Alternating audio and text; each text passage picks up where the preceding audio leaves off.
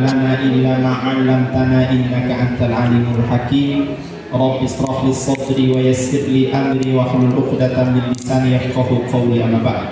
Yang saya hormati Ibu Camat beserta seluruh jajarannya, yang saya hormati Pak Kapolsek beserta seluruh jajaran yang sempat hadir, Ibu Kapus dan seluruh Bapak, Ibu-ibu, jamaah sekalian yang mudah-mudahan kita orang semuanya masih diberikan oleh Allah Subhanahu wa taala usia yang panjang.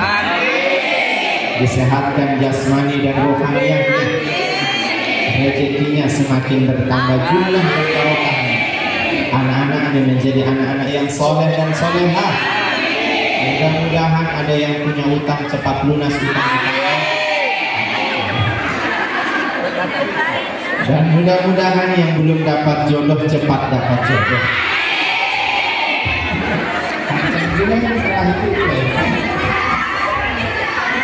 Arti mana yang jomblo kalau begitu?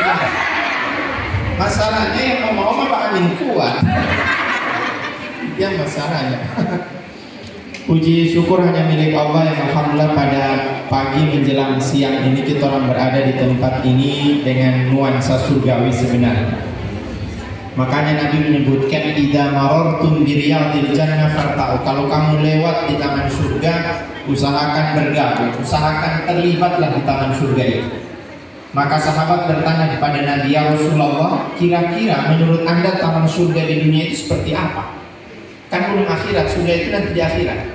Nabi mengatakan di dunia ini ada taman surga. Maka sahabat tanya, yang bagaimana itu taman surga ya Rasulullah? Rasul menyebutkan adalah hilaful dzikir, tempat di mana ada kegiatan keagamaan, dzikir, majelis taklim, apapun namanya yang berkaitan dengan keagamaan, maka dipastikan itu adalah taman surga.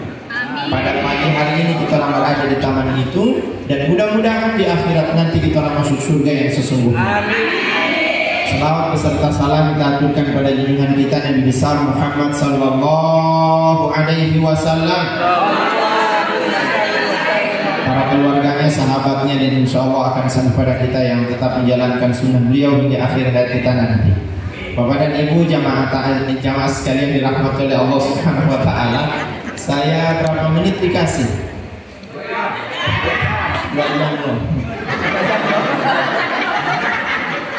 Saya diundang jam 7. Jam 6 kurang 10 menit saya sudah di sini. Serius. Agak lama saya di Masjid An-Nur. Agak lama saya tidak lihat. Dia mau jadi acara ini. Saya sering bilang, Pak, saya ini kalau diundang saya tepat waktu mendatang. Saya tidak suka ditunggu orang biar nanti saya nggak tunggu. Tapi kalau selama batu bola dia palatonya itu dia juga jadi masalahnya. Makanya Bapak Ibu sekalian, karena saya tidak tahu mau kemana, saya telepon Tiaya yang tidak aktif DP nomor. Terpaksa karena ada teman di sini, maka saya telepon, beliau langsung sumpah DP rumah. Alhamdulillah dia suka semakan kamar. Itu yang masalahnya. Bapak Ibu sekalian, di awal tampilan tadi kita orang telah dihibur oleh Ibu Majelis Taklim yang luar biasa. Dia punya goyangan gagak, cuma tidak bawa dengan senyum. Datar dia pemuka. Senyum dia. Saya perhatikan betul-betul datar terus. Dia goyangan 10 mah ya. Udah senyum tidak ada, Pak. Itu baru saya itu yang bilang, belum yang orang yang lainnya.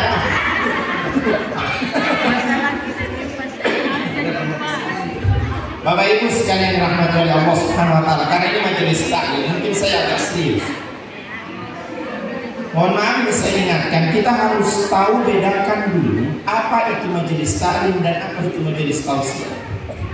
Selama ini yang ada itu bukan majelis taklim namanya hanya majelis tausiah. Kalau majelis taklim materinya itu terstruktur, Pak. Misalnya bulan ini setiap pekan pertemuan pembahasannya hanya wudhu saja, tidak ada yang lain. Tuntas dia sampai seakar-akarnya. Itulah majelis taklim. Pembahasannya satu gurunya, satu ustadznya, kitabnya jelas dan seterusnya. Itu majelis taklim tuntas. Tapi kalau sekarang ini paling bahkan bukan majelis taklim, namanya majelis tausiah. Hanya sewaktu-waktu undang ustaz ceramah, itu majelis tausiah, bukan majelis taklim. Maka bedakan betul di sini majelis taklim atau majelis tausiah. Jujur. Rata-rata majelis tausiah. Makanya di majelis taklim itu akan dibahas istilah-istilah keagamaan. Kenapa itu harus wudu? Kenapa harus begini? Kenapa harus begini? Ini apa istilahnya? Itu tuntas di majelis taklim. Makanya pembimbing majelis taklim atau ustadz majelis taklim harus mempunyai kapasitas keilmuan yang lumayan lah. Karena dia akan membina terus sampai selesai, sampai tuntas materi. Kalau hanya sekali-kali undang ustadz, itu bukan majelis taklim, namanya majelis tausiah. Nah, karena ini majelis taklim, mungkin saya akan agak sedikit serius ceramahnya. Bapak Ibu yang dirahmati oleh Allah Subhanahu wa taala. Dan ini biasanya masalah ini muncul di masyarakat paling banyak.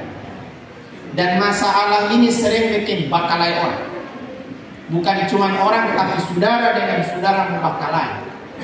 Diakibatkan karena satu hal ini. Apa itu?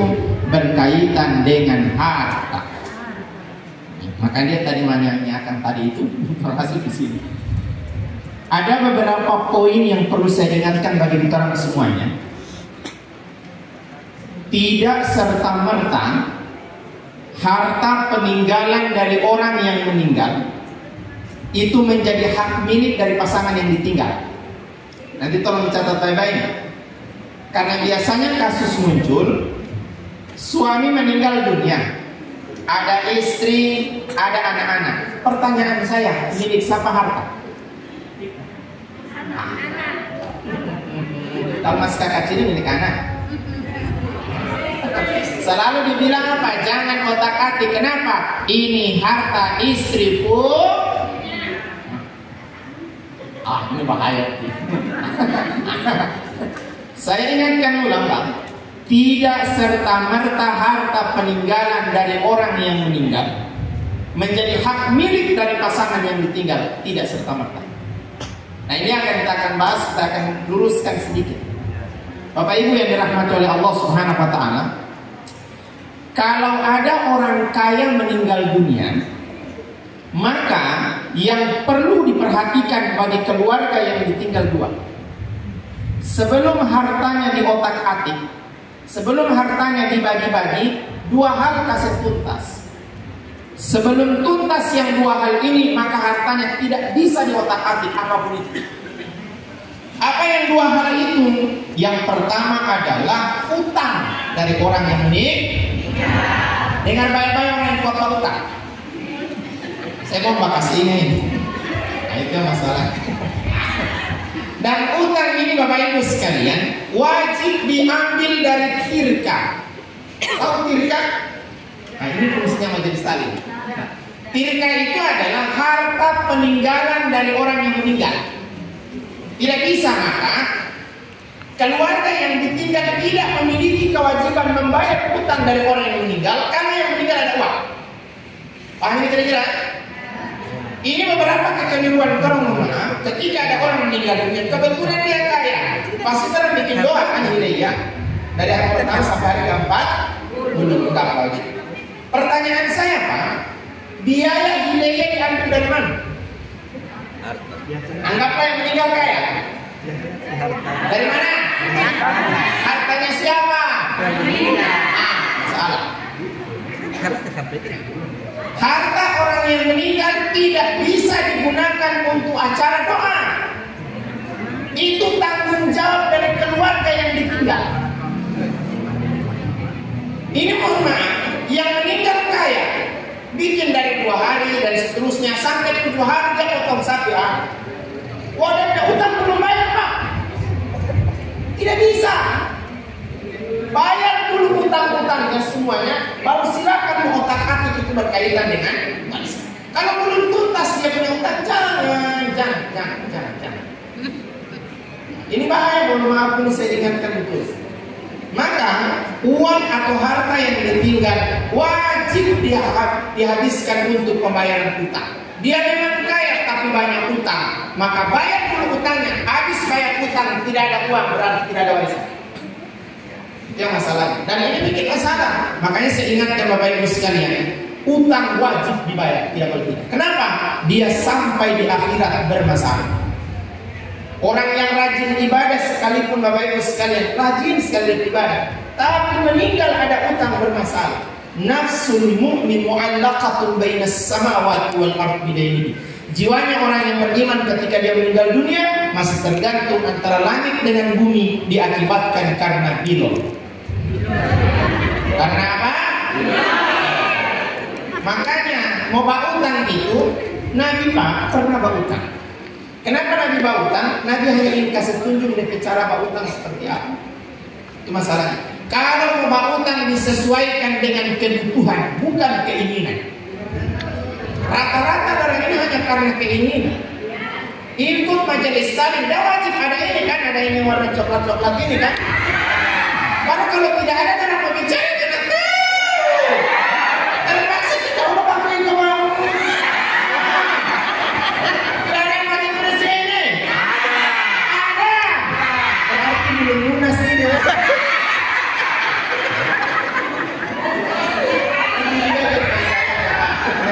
Berapa kali nih? Tiga kali. Di luar bros gitu ya. 3 kali terus berapa kali pasang bunyi. Karena iklan masalah bahaya pertama. Aduh, luar biasa Pak, luar biasa.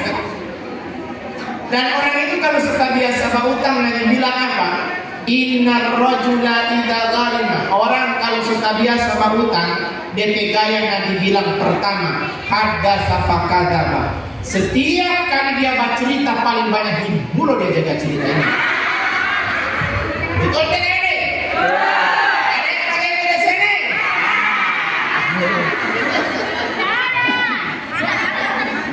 Nabi yang bilang bukan saya Pak. Dan orang kalau berutang Pak, jangan percaya DP janji, tidak betul DP janji. Besok, tidak besok itu dari tahun lalu. Sampai sekarang masih besok. Itu yang masalahnya. Astagfirullahaladzim ya Rahmanir-Rahim. Dan saya ingatkan Bapak Ibu sekalian, hindari berkaitan dengan utang. Apalagi ini karena gengsi. Kadang-kadang sampai hal ibadah pun dia berutang akal. Apa itu? Umroh kredit. Mudah-mudahan tidak ada yang mau umroh kredit di sini ya. Betul ada? Dia sangkatan. Kalau saya ingatkan, 3 nenek tiba umroh ente. Memang 2 juta setengah, ibu tapi pulang kamar 2 tahun setengah Pak. Pokoknya DP nama ini di mana-mana ada Amarta. Di mana? Di PNMA. Di Amarta Olong. Iya. Dia mana tahu satu kelompok kita. Ada yang pakai itu di sini? Yang mana?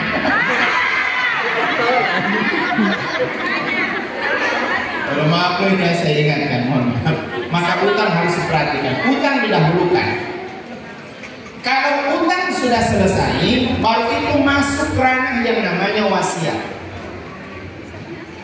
Wasiat ini Pak agak mirip dengan yang namanya hibah. Kalau hibah, dia masih hidup, masih sehat, masih kuat, itu hibah. Dan hibah tidak dibatasi kepada siapa saja dia mau kasih, terserah dia mau kasih pasangan. Kalau mau hibah tidak boleh dipaksa. Apalagi anaknya dari papa setua, papa, aku kamar dia lihat, itu bukan begitu. Tidak sah hibah kalau dipaksa. Aturan main hibah dan undang-undang jelas sebenarnya. Kalau di Undang-Undang Perdata, ini kita bisa lihat di pasal 1666 berkaitan erat dengan mekanisme pembagian hibah, pemberian hibah. Nanti dikuatkan dalam kompilasi hukum Islam. Mulai dari pasal 171 huruf G, kemudian pasal mulai 210 sampai 214, ini berkaitan erat dengan mekanisme pembagian hibah. Hibah itu Pak, sukarela dikasih, tidak boleh dipaksa. Dan hibah harus dikasih oleh milik harta, dia yang punya, bukan orang lain yang ada hibah. Karena ada orang begitu Pak, karena dia cuma tinggal lama di situ, ibarat tiba-tiba dia ada hibah ke orang lain, mana tahu. Padahal bukan dia. Ada yang begitu di sini? Ada. Ini yang masalahnya Pak.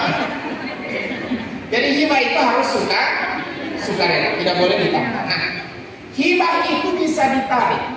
Tapi sekali lagi saya ingatkan, nanti dilihat aturan main tentang hibah itu, tentang bisa ditarik kembali di pasal di KUHP, bukan kompilasi hukum Islam dari pasal 211 menyebutkan hibah itu